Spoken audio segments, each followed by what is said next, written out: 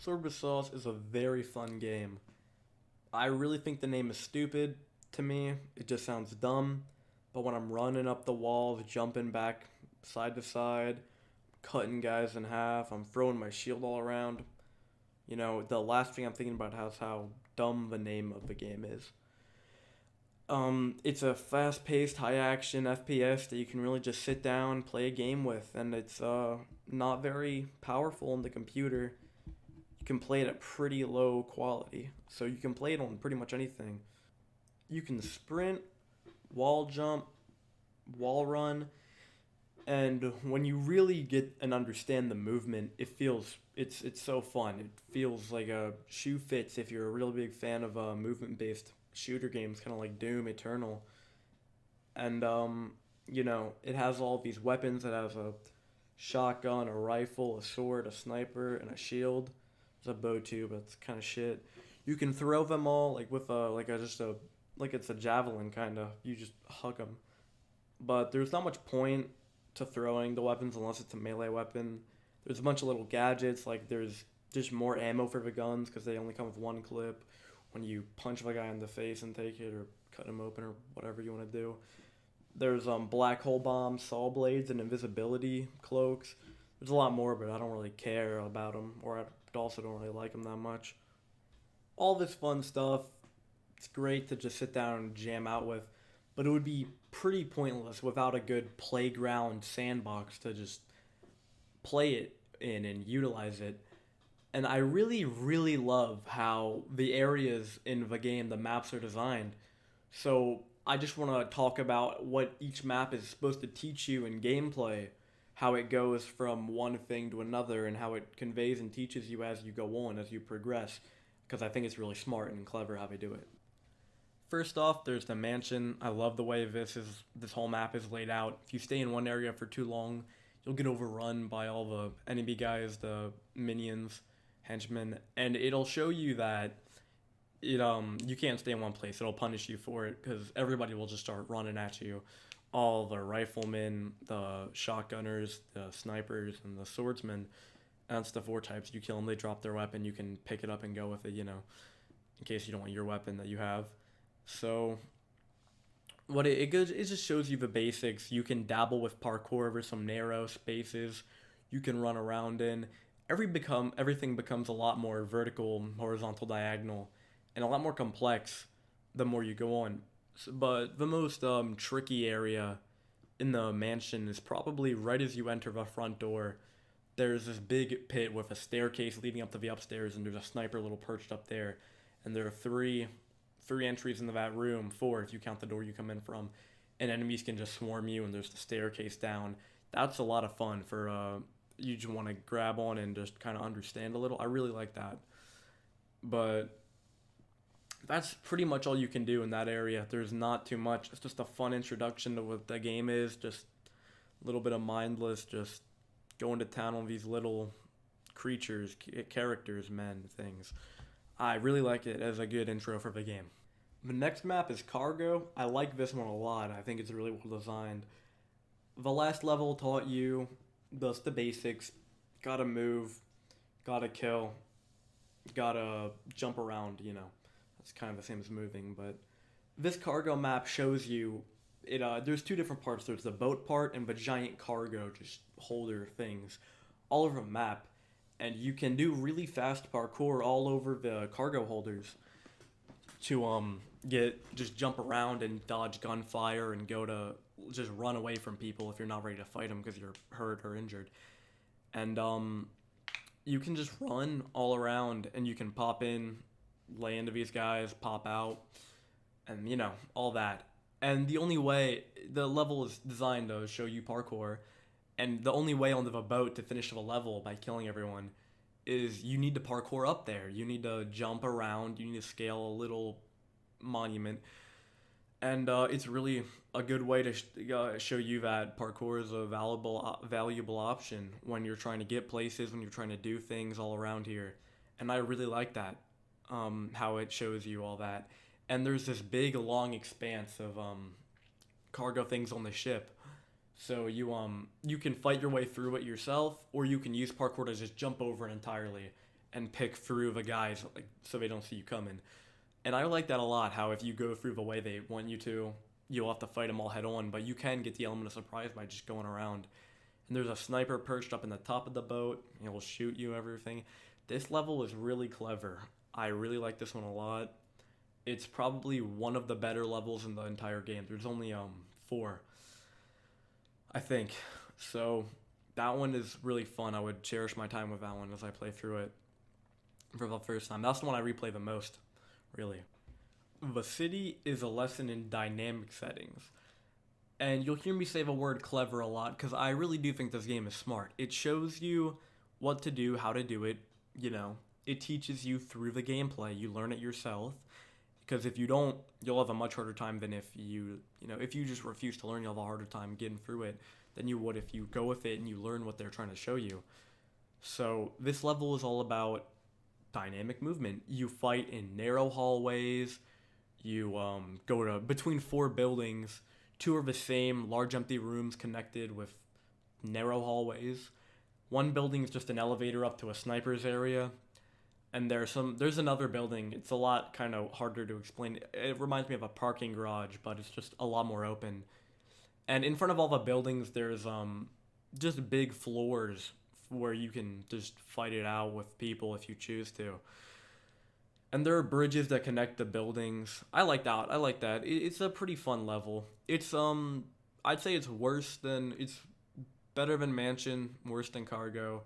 It's the 3rd of 5 levels. I don't know if I said that already, but yeah. It's you can do parkour for a little bit of gain, not too much. I wouldn't really recommend this. I wouldn't say this level tries to teach you about parkour, but I think it does show you everything you need to know about thinking quick on your feet and fighting in new areas with making like kind of improv ways of just dodging bullets and, killing guys. Autumn. This is the smartest map in this game, by far. It's a test of all the skills you've built up to this point, and then some new ones if you haven't quite picked up on it. This level teaches you to not stick to your weapon. I was playing through the game with a shield entirely because you could block bullets and you could throw it and ricochet off things, and it was really solid. So I switched to a sword because I thought the sword would help me more, and it kind of did. I got better results, but it took me like 10 minutes to beat the level with a sword. It's kind of wild. So I took a different approach to it, and I hacked and slashed, and then when a guy died, I took his gun or his sword, and I just killed a guy, and then I took his weapon. And I would just swap weapons constantly. I would go do. There would be some times where I'd pick up the weapon before it hit the ground. And other times I would stumble and not do it at all. And it's a really easy way, high risk, high reward, where you can very easily die from it. But you can also have a lot more fun with a lot more varied play style, where instead of sticking to just the bow, just the shield, just the shotgun, you get everything. You get a little taste of everything, except the shield. The shield, no weapon, no enemies carry a shield, no enemies carry a bow. So you can only get those if you bring with your loadout. It's a whole different thing. So there are enemies placed all around the map, everywhere. So you really can't stay put for too long, and the only places that are really safe are places you've already wiped out of everyone. And there's a few snipers, and it's so crazy because it teaches you it already hones the skills you've developed. You need to parkour away to make sure their bullets aren't tagging you, aren't hitting you, and make sure you're not getting too much damage.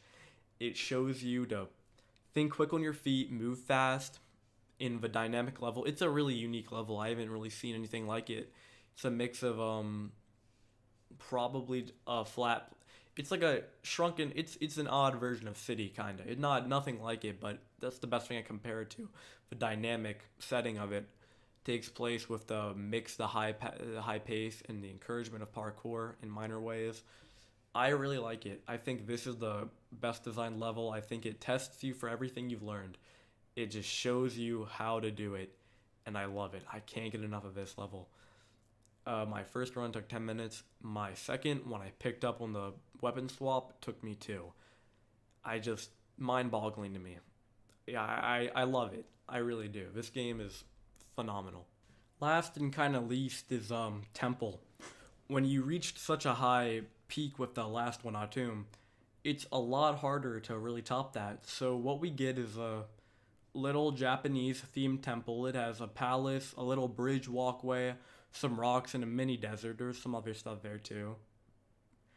But this I really don't have much to say about this map. You can move fast, you can run, not too much of a dynamic area. I use clever and dynamic a lot because those are two very important terms for this game. If you ask me, at least. So that's really it for Temple. I really can't say much. I'll show you a little gameplay of it. Alright, this is a little thing. I just put it where I couldn't fit anything in the main points because, the game. I want to talk about the levels. It's kind of a longer video, pushing, probably going to be 13, 14 minutes. But, it's, this game is only $3 on Steam, not even a whole $5. It's kind of mind-boggling to me.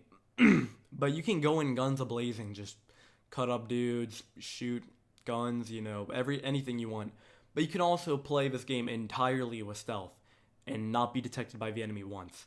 I don't like stealth games that much. I play fast-paced FPS games. I'm sure you can tell by the way I'm playing.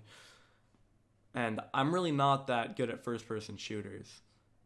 So, it might be super easy if you play it, and I might just be a big baby.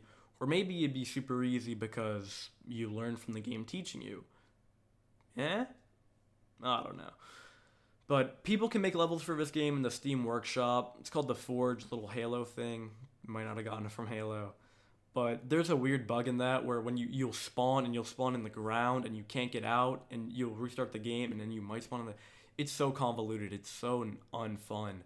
It just really ruins my vibe whenever I try. And that's another thing with these levels is they're all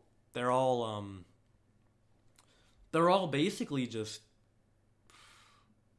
they don't have the same spark as the ones from the main game.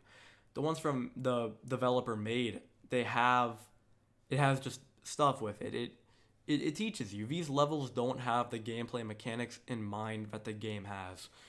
And that to me is a real shame because from the ones I've played, I haven't played all of them, but I play ones that have 40, 50 thumbs up.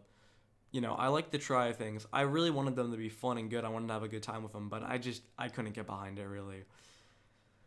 I read these, I did the levels by the order in the map selection screen, which I think is the order that it should be played in, personally. And I want to thank everyone for watching the video. I know it sounds really cheesy, but I like making content. I'm really not good at committing to things, but I hope you like it, and stay tuned for more. You don't need to like the video or anything. All I ask for is constructive criticism. If you want to leave a little comment saying, you repeated yourself too much, I can hear you breathing, I can hear your lips smack.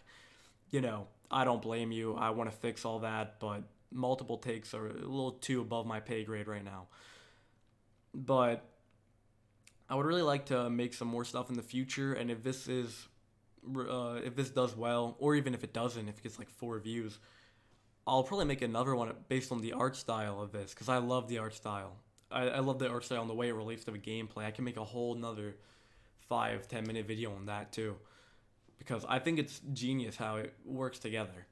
But yeah, thank you all so much for hearing me rant about this game I've been pretty passionate about for damn near 15 minutes. Thank you all. Have a great night, day, wherever you are. Peace.